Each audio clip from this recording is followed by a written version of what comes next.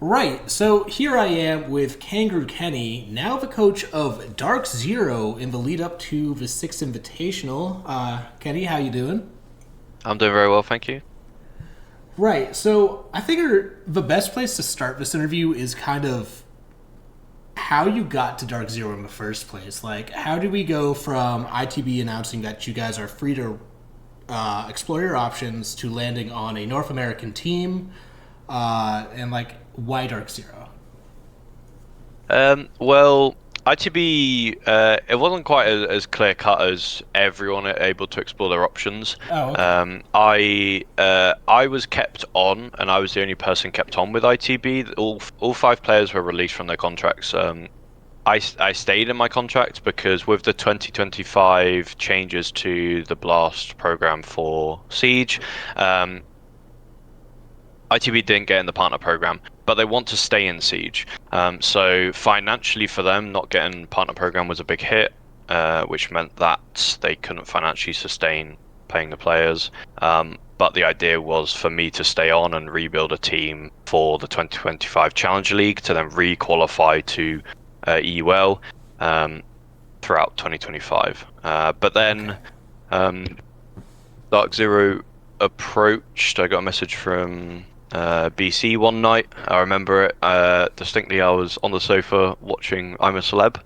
I don't know if you know what that is in the States, but I'm a Celebrity, Get Me Out of Here. It's like a reality TV show set in the Australian jungle where loads of celebrities from the UK go and like just live in the jungle. So they're like stripped Oh, away okay. of their luxuries and they have to do these things called bush tucker trials. I won't get too deep into it, but they got like eat animals. They got to eat like pig testicles and stuff like that. It's pretty cool. But yeah, I got a message. Then had like a chat with BC and Nath for an hour and a half. A few days went past of me giving them some examples of work, and then I got the offer to join them for SI. Awesome. And so, just to be clear, because I did see this on Wikipedia, I believe, and it caught my eye. It says you're on loan. So, is this effectively like a trial? If you do really well, I assume like DZ would be like, we want to keep you. But if uh, you're technically still under ITB's contract, then. Yeah, so my ITB contract ends in March. What was agreed between ITB and DZ, which I wasn't involved in. DZ wanted just a short term to start with. They didn't want to commit to anything long term. You know, they had Mint for what five years now. I know they're a Since they very joined the team, bro. Since they yeah, joined the they're a team. very loyal organization, so they want to make sure what they have is right. So yeah, kind of like a trial period. Okay. And yeah, hopefully I do a good enough job that they'll want to keep me on because so far the all good. And I mean, come into the team house as well. It's been phenomenal. I've loved every part of it so far. Yeah, and so how has it been working with the team? Has there been any like culture differences, culture shock from working with EU teams and now moving to NA? Um, I don't think it's too different. I think the biggest change for me is just the people. Like the throughout my career, I've always had Azza as my teammate. Like we started together and we've kind of ended together throughout 4 years now. So I've always had like a familiar person to that's kind of like my ballast in the team. Like I always know what I'm going to get from him. He knows what I'm going to get from me, no matter the changes that we have in players.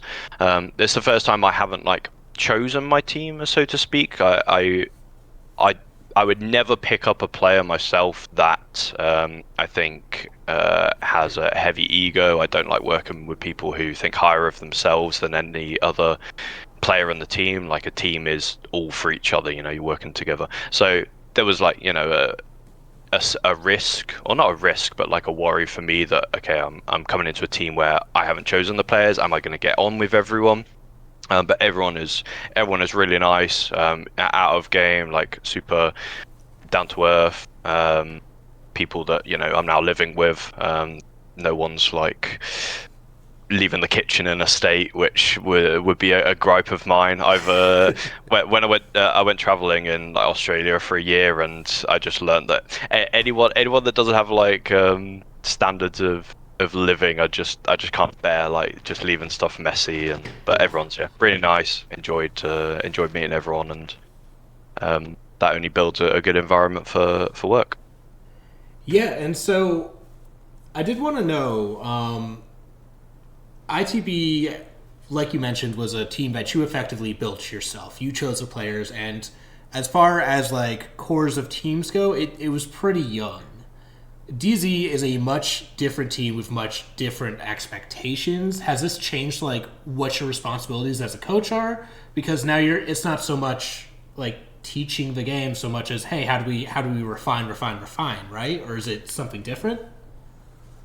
Um, yeah, so obviously I've gone from young team building to an already established team that has aspirations of winning SI. Um, so the goalposts kind of have moved for me going from ITB to DZ.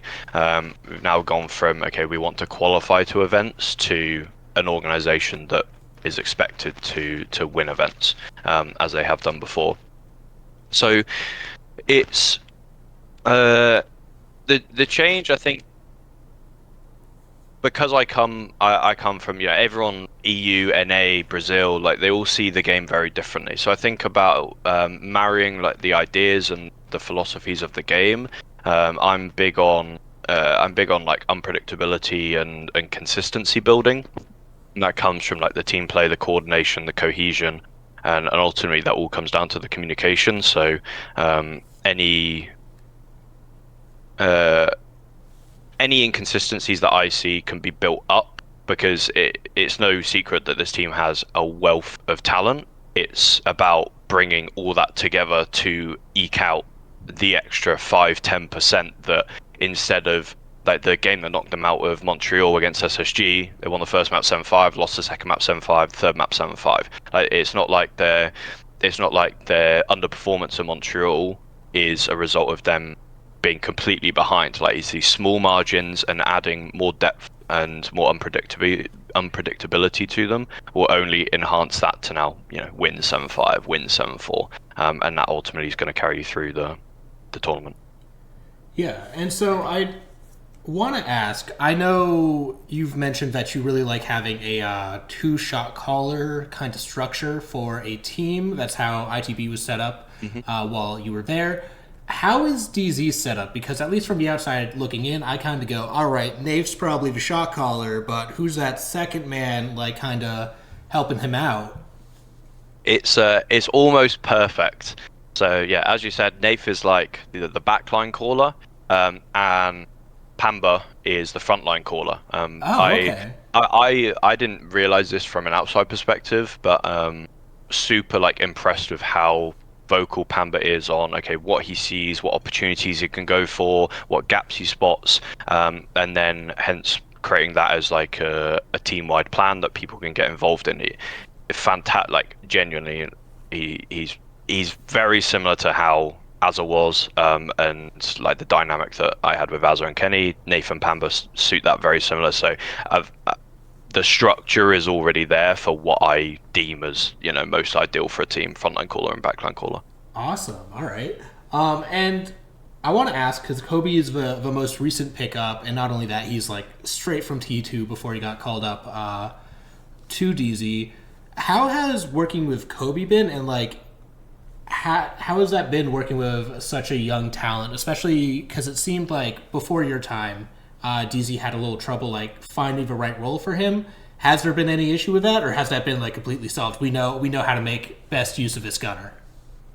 Yeah, so in the first like week or two when I joined, I was very observant of just everyone in general. Okay, just learning to know the players, their comfortabilities, how they like to play stylistically, individual and team wise.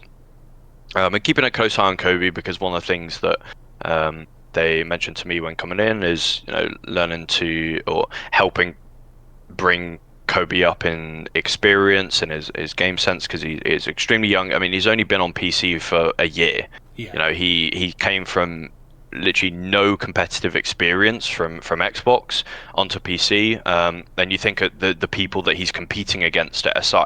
These are players that have been playing for 5, 6, 7 years of experience. You know, he is behind in that regard. I think the best way of that I've looked to develop him has been first installing the knowledge that, okay, even if he is behind, all he has to do is figure out the identity of a player he is, which I think he is growing towards that, and just excel in that area.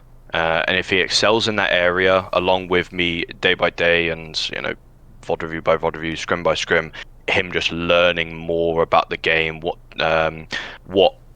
it's the whys of the game. Everyone can see the game, everyone can look at things, but what does that mean in the context of the round? And just developing that thought process that then enhances his decision making and then his instincts. Like, when should, in a fragging role, when should he be going for kills? When should he not be going for kills? When should he be holding? When should he be pushing? When should he be looking to do something solo or team wide focus? All that comes from experience, and it's just only going to keep growing game by game, scrum by scrum. All right. That's awesome to hear, because I know that was, at least with the people I was talking to, that was a huge concern of like, oh man, we know Kobe's good, but we want to make sure like he's getting a fair shake, and it sounds like he's getting that here. I feel like I'm legally obliged to ask this. Like, what is it like working with Bolo? What is it like working with someone with so much prestige, so much skill, so much... Like, he is a hammer winner, and he's viewed as this, like, huge figure, right? Yeah, I mean, it's funnily enough, in a way, I was more taken away or starstruck, whatever word you want to use, by BC, because I was a massive EG fan, watching early days of Siege. But I think as I'll always be a fan of the game. Like, I always see myself as like, okay, I have my work, but ultimately I'm just a fan. I enjoy watching Siege. I enjoy playing the game. I'm just a fan of the game. So I always have like, I mean, it's kind of surreal that I'm now working with people that I watched Bolo win SI. I watched NGR and Pamba win a major, like from my home, aspiring to do what they're doing. And now I'm on the same playing field, and I just have to stay grateful that I'm here. I've worked hard to make it where I am, and I can't let. I'm not going to be a good coach if I'm sat there every day going, oh my god, Bolo's over there, Pambazu's over there. Like it. I'm only gonna. I have to have some level of authority. Yeah, and so I do want to ask, because DZ is a big team. There's a lot of expectation on them, and you, as far as entering the T1, it's been a pretty quick rise for you. Like, I want to say it was pretty much, you're known as this like T2, really good T2 coach, and then 2024 hits, you're in Manchester, you're in T1. What would it mean to win SI so quickly after making T1? It would mean everything. Like my dreams of the game have kind of throughout this year just I've had to re-look at my dream because I've achieved my dream. Like my initial dream was I wanted to make T1, and then that changed to I want to compete at a LAN. I didn't know how quickly that was come about. Some players sit around in T1 for years and they never make a LAN. So that was my second dream, and then I made Manchester. Oh, now it turned into EWC or Montreal. I want to make main stage. And I did that with an asterisk at EWC. Like, we played FaZe on the main stage, but it wasn't a top 8 game. It was like the game before top 8. But still, just to play on, a quote unquote main stage was still pretty cool. And now it's gone from that to I want to win a trophy, and I want to win the biggest one of them all, SI. My whole when I joined DZ, I tweeted a video of Sir Alex Ferguson and a quote for him about winning. Like when he took his first like loss in the Scottish division, he got beat like 5-2, and he drove home that day, thinking that if he doesn't get a winning attitude into his players, that everything we're doing, every day, every minute you spend dedicating to football, in this case, and into Siege, it's all about winning, and nothing less is accepted or expected. That you expect to go into everything winning the game, and I just love winning. I think I said it in my last interview with you. I hate losing more than I like winning, and that just constantly fuels me that I don't want to have that feeling of loss. I don't want to lose because I know what it feels like to lose when you put so much effort into it. So you put that extra effort into it, not gonna lose, and you're gonna win. Awesome. And I want to win. I want to win that hammer. On the topic of like the game, I do. So I got two-ish more questions, and the first one is just kind of like the state of the game, because I think we're in an interesting place because it seems like shields are better. um, like, what are your thoughts on the state of the game heading into SI? Because sometimes the meta or like how good or bad it is can really define an event. So where are we in the lead up to SI? Okay, shield meta. I would argue one of the worst metas we've ever had. Like genuinely boring as don't know whether I can swear. Oh, you Boring can. I don't as care. okay, boring as fuck to watch. Like that was, as I said, being a fan of the game, just love watching the game. I found myself not enjoying watching majors. I just couldn't sit through major games because it was so boring. Just watching shield after shield, knowing that there's no chance for the person on the other side to fight back. Like a competitive FPS, everyone has to be able to fight back against everyone. That's the beauty of Siege with one-shot headshot. Yeah. No matter what health you're on, you're always able to win a gunfight. And just watching people be helpless was so boring to me. Shield nerfs so brilliant, however, completely counteracted by releasing an even better shield in Blackbeard. Like I'm lost for words that is the road we've gone down, and that is where we've ended. I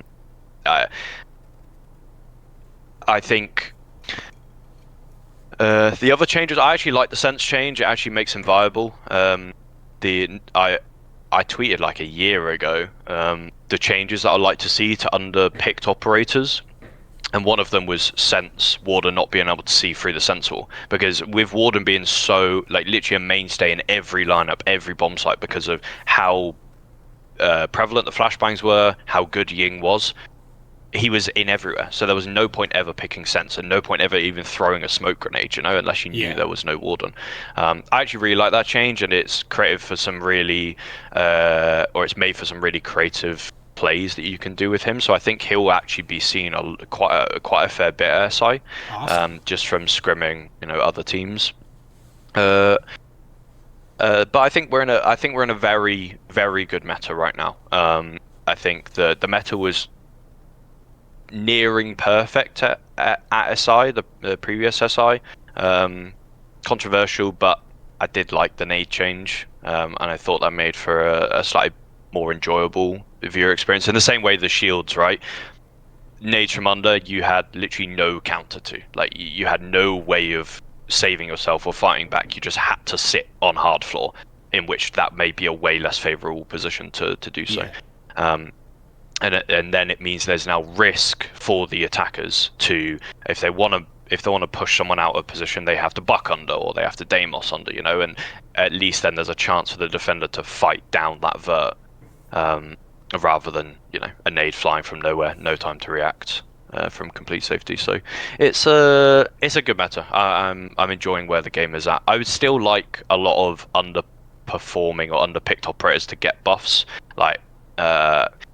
It doesn't have to be anything drastic. Even just giving them a side shotgun or a shield, that just infinitely raises operator pick rates. Like if Alibi had shield back you'd see her picked a lot more. Like she's got a side shotgun and a shield, and you think like, okay, Frost has a side shotgun and a shield, and that is literally the only two operators. I mean, you could argue Warden shotgun as well, but there is very little scope for picking people with shields. You know, Pulse has a shield, Tachanka has a shield, but their primary utility is so bad and their guns are so bad that there's no point picking them.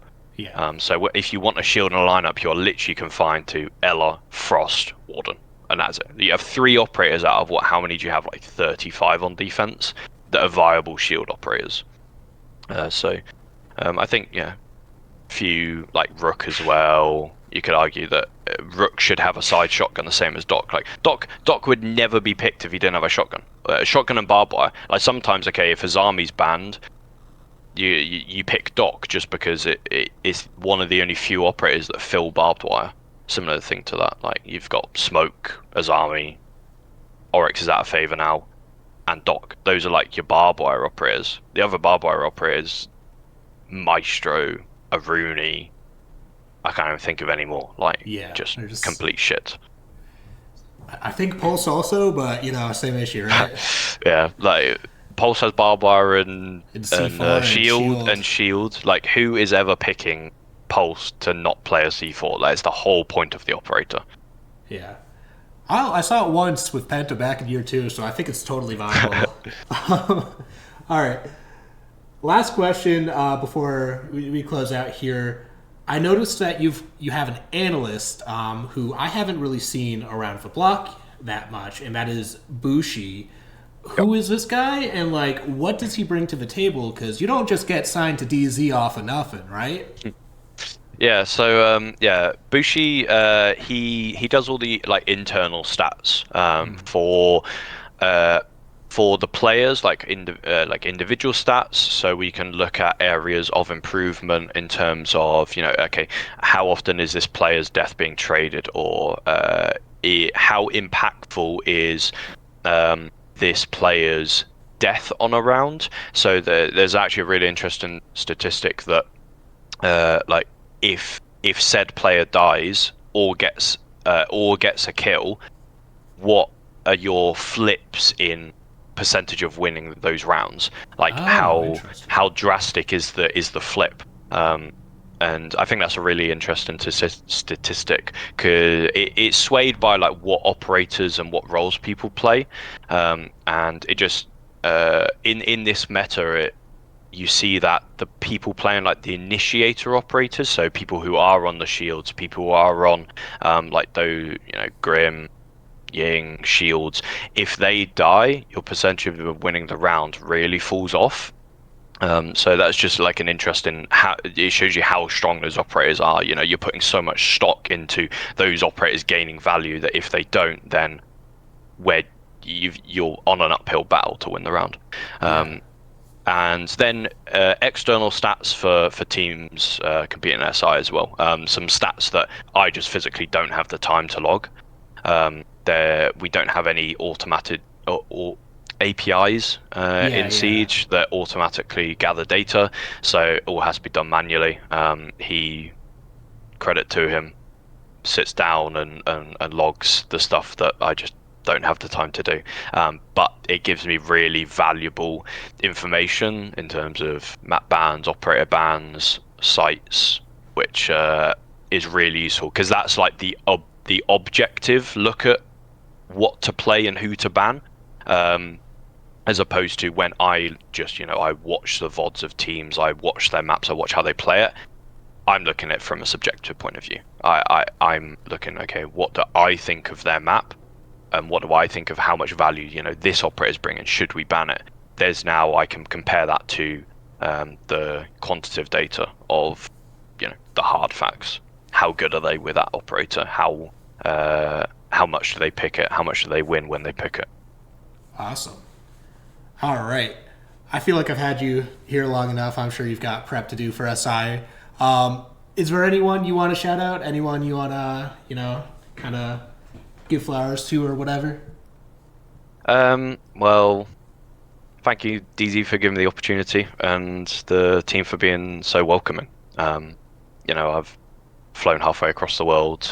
Not that I've been halfway across the world many times before, but to come and actually, live, it can be slightly daunting, but been super welcoming, and yeah, thank you for giving me the opportunity. And I don't want to let them down. So I'll do all that I can to make sure we have a fantastic SI.